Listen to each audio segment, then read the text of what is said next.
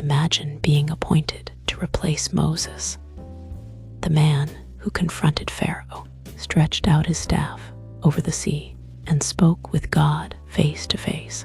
Now imagine being told, your task is to finish what Moses started.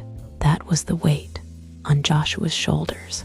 A man who spent years in the background was suddenly pushed into the spotlight to lead an entire nation into the promise they had waited for their whole lives. This is the true story of Joshua, a warrior, a servant, a leader shaped not by power, but by faith and obedience. Joshua's story begins long before he becomes Israel's leader. He first appears as a young soldier chosen by Moses to command Israel's army in their battle against the Amalekites. While Moses stood on the hill with his hands lifted, Joshua fought on the ground. The victory was not only a miracle from God, but a sign. Joshua had something inside him that God could trust.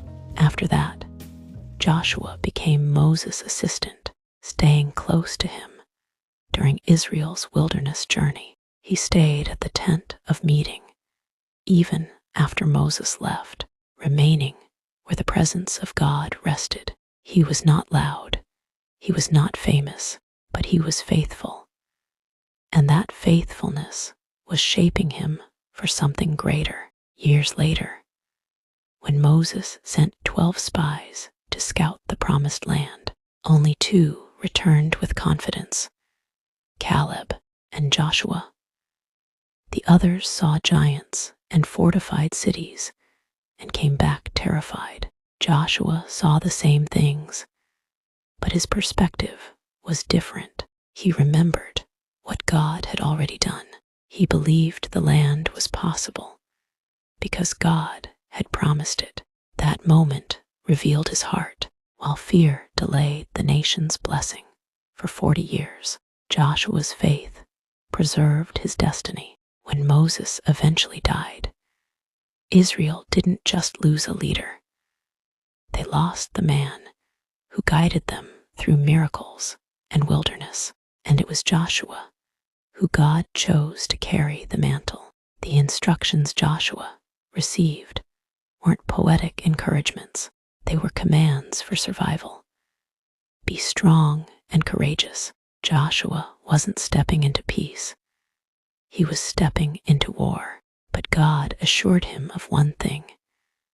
As I was with Moses, so I will be with you. His first test came quickly.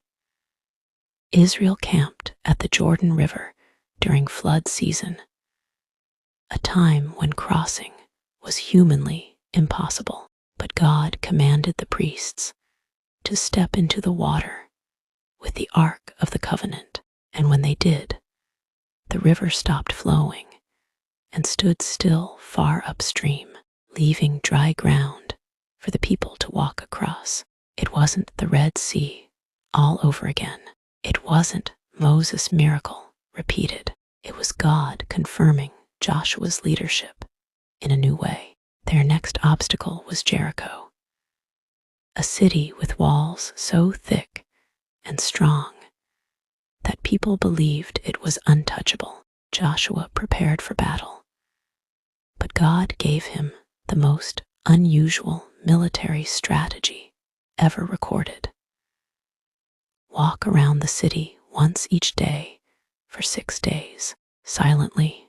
On the 7th day, circle it 7 times, then shout, no siege, no fire, no swords raised, just obedience.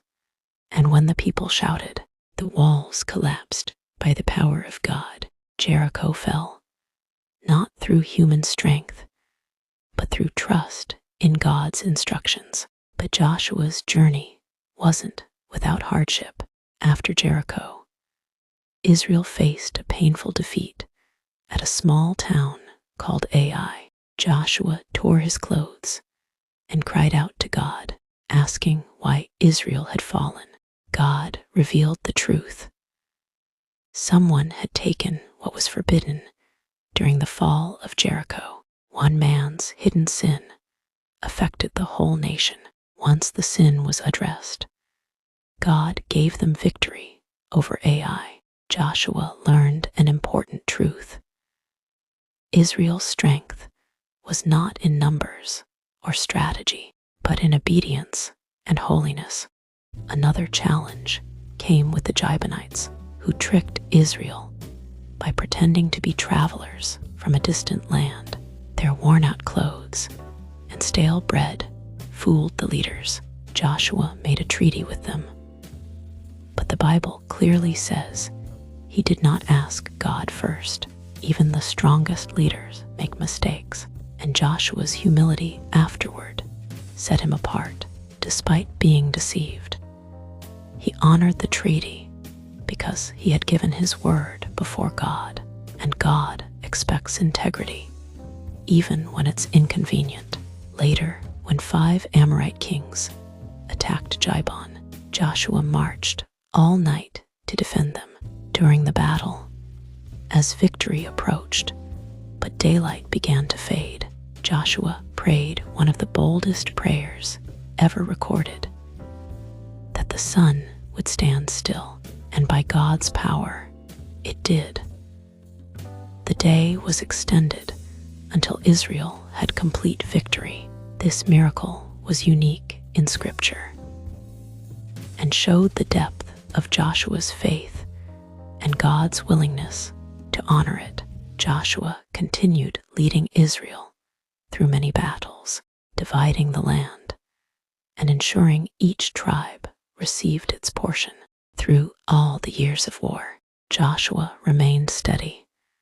He didn't seek glory, he didn't abuse power, and he didn't drift away from God. He was consistent, something rare in leaders of any generation. Near the end of his life, Joshua gathered the people and spoke words that still echo across generations. Choose this day whom you will serve, but as for me and my house, we will serve the Lord. He reminded them of everything God had done, warned them about turning to idols, and challenged them to remain faithful. Joshua died at the age of 110, leaving behind a legacy of courage, obedience, and unwavering trust in God. Joshua's life is a reminder that destiny doesn't require perfection, just obedience. It teaches that leadership is not about replacing great people, but completing what God begins through them.